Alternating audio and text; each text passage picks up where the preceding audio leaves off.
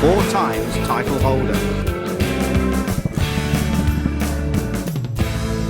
Red flags. As motorsport fans, we all hate them. It means that all the action comes to a halt immediately, that the race is over and everybody goes back to the pits for a loo break and a piping hot cup of a generic sponsor brand drink. The Australian Grand Prix at the weekend had 3 of them. Fans were left bemused and perplexed, following a series of attempted restarts, resets, grid reshuffles, and the ultimate anticlimactic conclusion, where drivers finished the race by doing 1 lap under yellows without being allowed to overtake. Now, Formula 1 has had a succession of strange calls when it comes to situations like this. They range from the farcical decisions at Abu Dhabi in 2021, to the ridiculous scenes of Indianapolis 2005, to Canada in 1999. All of these races showed one thing, and that's that the FIA cannot be trusted with running their own sport. I think it's time we turned to Jim France.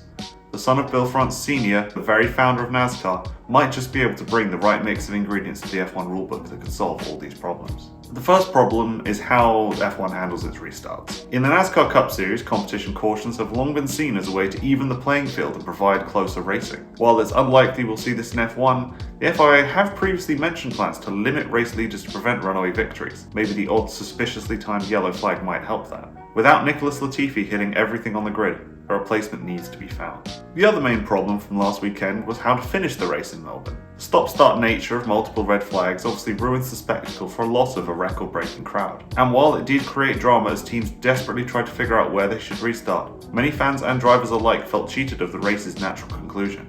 So, how can we solve this issue? Once again, NASCAR has the answer. The overtime rule, on paper, is one that always sees the race finish with an attempt to go racing. In short, the rule states that if a race distance is completed under caution, then the race will conclude in a 2-lap shootout from the restart, aiming to go for a green-white checkered finish. Or, once the white flag flies, the next flag, be it yellow, red or checkered, ends the race. While this can often put the leading driver at a disadvantage if it's used multiple times, it does create high tension and spectacle, giving the fans what they say they want, letting the race finish with racing. But this is not a perfect solution.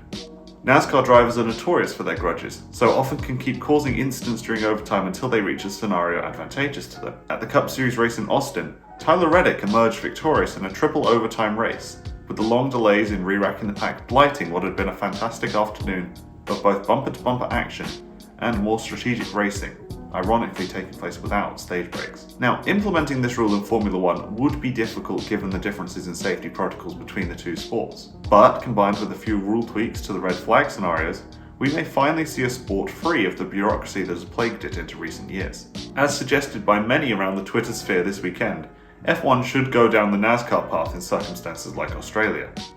Teams should not be permitted to work on their cars under red flags, and should go from red to yellow conditions once the tracks clear into a rolling start. In addition, I'd like to see drivers from both series given more freedom to sort problems out amongst themselves. If teammates Gasly and Ocon want to spend their restarts fighting each other instead of the field, then fine.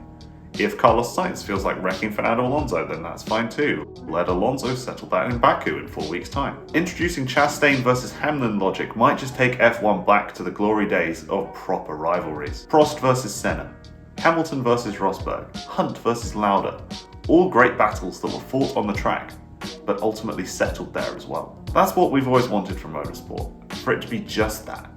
Not something decided in a shiny office block or a court of appeals. And who knows, maybe letting AJ Allmendinger loose on a field of non-contact open-wheel races might just be the solution we've all been looking for. How do you think F1's restarts could be improved? Be sure to let me know down in the comments. And subscribe if you're new to the channel and want to see more of my content. And if you want to say on what video topics I cover next, be sure to check out the link down below in the description and support the channel. But as always, thank you very much for watching, stay safe out on the road, and I will see you next time.